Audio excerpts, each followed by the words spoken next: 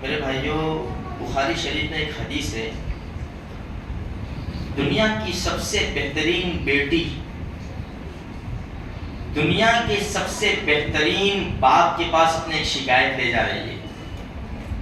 دیکھو، جو اللہ پاک نے رشتے بنائے ہیں نا، اور رشتوں میں جو محبت ڈالی ہے، اس میں ماں باپ کی اولاد کے ساتھ جو محبت ہے نا، انداز بڑا نرالا ہے۔ باپ جب اپنے بچوں سے محبت کرتا ہے، چھوٹے چھوٹے بچوں سے جب ماں باپ محبت کرتے ہیں، کتنا والہانہ انداز ہوتا ہے۔ اگر یہ جوان نسل صرف کسی ماں کو یا کسی باپ کو اپنے معصوم بچے سے پیار کرتا دیکھ لینا، اور یہ سوچے کہ یار میں چھوٹا تھا جب میرے ماں باپ اسی طرح پیار کرتے ہوں گے نا مجھ سے، اسی طرح محبت کرتے ہوں گے نا، اسی طرح گود میں اٹھا کر میری ایک ایک بات کے اوپر لبے کہتے ہوں گا نا، اور آج میں ان کے سامنے آنکھیں نکالوں، آستینیں چڑھاؤں، دیوڑی چڑھاؤں، نہیں یار، نہیں ہو سکتا۔ نوجوان نسل کو ابھی سمجھ میں نہیں آتا۔ یہ سمجھ میں کب آتا ہے؟ جب خود کی اولاد ہو جاتی ہے اور پھر وہ اولاد کے پیچھے قربانی دیتے ہیں، تب سمجھ میں آتا ہے کہ ہمارے ماں باپ نے ہمارے پیچھے کیا قربانی دی ہوگی۔ لیکن اس وقت کا سمجھنا اس لیے بیکار ہوتا ہے کہ بہت سے ماں باپ تو دنیا چھوڑ کر چلے گئے ہوتے۔ اب انسان یہ تمنا کرتا ہے کہ میرے ماں باپ ہوتے تو میں یہ کرتا، وہ کرتا، وہ کرتا۔ اس لیے یہ نوجوان نسل کو سمجھنا چاہیے کہ ماں باپ ابھی ہمارے ہاتھ میں ہیں تو ان کی قدر کرو۔ اگر قدر نہیں کی اور یہ چلے گئے تو ان کی یاد جب آئے گی، کون سے کونے میں جا کر میں روؤں، وہ بھی سمجھ میں نہیں آئے گا۔ اچھا، ابھی جو ماں باپ کی محبت اولاد کے ساتھ ہے، اس میں بھی خصوصاً لڑکیوں کی طرف میلان زیادہ ہوتا ہے ماں باپ کا، لڑکیوں کی طرف۔ وہ فطری چیز ہے، اس لیے بھی کہ لڑکیاں کتنا رہیں گی، لڑکے تو ہمیشہ ساتھ میں رہیں گے نا۔ اللہ پاک یہ دعا بھی قبول فرما لے، آمین۔ ہاں، ایک نظام بنانے کے لیے الگ الگ کر سکتے ہیں، ورنہ یہ بہت بری رسم چل رہی ہے ابھی کہ جس ماں باپ نے 9 مہینے پیٹ میں رکھا، 2 سال دودھ پلایا، 5 سال پیشاب پاخانہ صاف کیا، لاکھوں کروڑ روپے دے کر ہمیں پروان چڑھایا، جب وہ ماں باپ بڑھاپے کو پہنچ جاتے ہیں اور ہماری اولاد کے یعنی مدد کے محتاج ہوتے ہیں، اس وقت اولاد ان کو ایک روم میں ڈال دیتی ہے۔ یورپ والے اولڈ ہاؤس میں ڈالتے ہیں اور ہم نیچے کے روم میں ڈال دیتے ہیں۔ ٹفن آ جائے گا، آپ کو اوپر آنے کی تکلیف نہیں اٹھانی چاہیے، آپ نیچے ہی رہو، اوپر بھی مت آنا، ہم آپ کے لیے کھانا بھیج دیں گے۔ آج ایک مہینہ وہ بھائی، 1 مہینہ وہ بھائی، 1 مہینہ وہ بھائی۔ یہ ابھی سمجھ میں نہیں آتا۔ جب ہماری اولاد ہمارے ساتھ اللہ نہ کرے یہ کرے گی نا، تب سمجھ میں آئے گا۔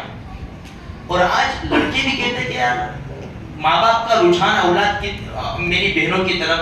دیکھو، ایک بات یاد رکھو، وراثت کا معاملہ ہو، تقسیم کا معاملہ ہو، اپنی زندگی میں سب برابر سواب ہو۔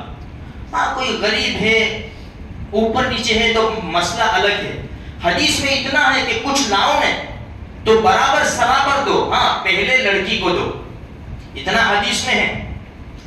لیکن لڑکی کو زیادہ لڑکے کو کم، یا لڑکے کو زیادہ لڑکی کو کم، اپنی خود کی اولاد کے بارے میں بھی ایسی نا انصافی مت کرو، بے انصافی مت کرو میرے بھائیوں۔ اچھا، تو وہ ماں باپ کا ایک میلان ہوتا ہے لڑکی کی طرف، اس لیے کہ وہ جوان ہو کر تو دوسرے گھر چلی جائے گی، اس لیے فطری میلان ہوتا ہے۔ اچھا، اللہ کے رسول صلی اللہ علیہ وسلم کی پیاری بیٹی، جو دنیا کی سب سے بہترین بیٹی، ہم خوب جانتے ہیں کہ چکی چلانے کی وجہ سے ہاتھوں میں نشان پڑ گئے تھے۔ پتہ چلا کہ غلام آئے ہیں تو حضرت علی رضی اللہ تعالیٰ عنہ نے بھیجا کہ جاؤ مانگ لاؤ اللہ آپ کے والد صاحب کے پاس سے۔ بڑا عجیب، چھوٹی سی حدیث ہے، بڑی عجیب ہے۔ تو جب وہ گئی فاطمہ رضی اللہ تعالیٰ عنہ اللہ کے رسول کے پاس، اپنے باپ کے پاس، والد محترم کے پاس، اللہ کے رسول گھر میں موجود نہیں تھے. تو امی عائشہ رضی اللہ تعالیٰ عنہ سے بات کر کے چلی آئی.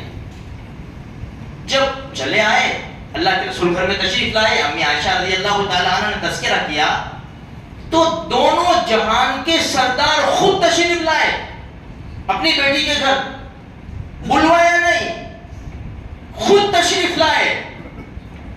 اچھا مکان تو چھوٹے چھوٹے تھے نا, ہماری طرح تھا کہ بیڈ روم اندر ہو, ادھر سیٹنگ روم ہو, ڈائننگ روم ہو, مہمان کا روم ہو, یہ ایسا تو کچھ تھا نہیں, چھوٹا سا مکان.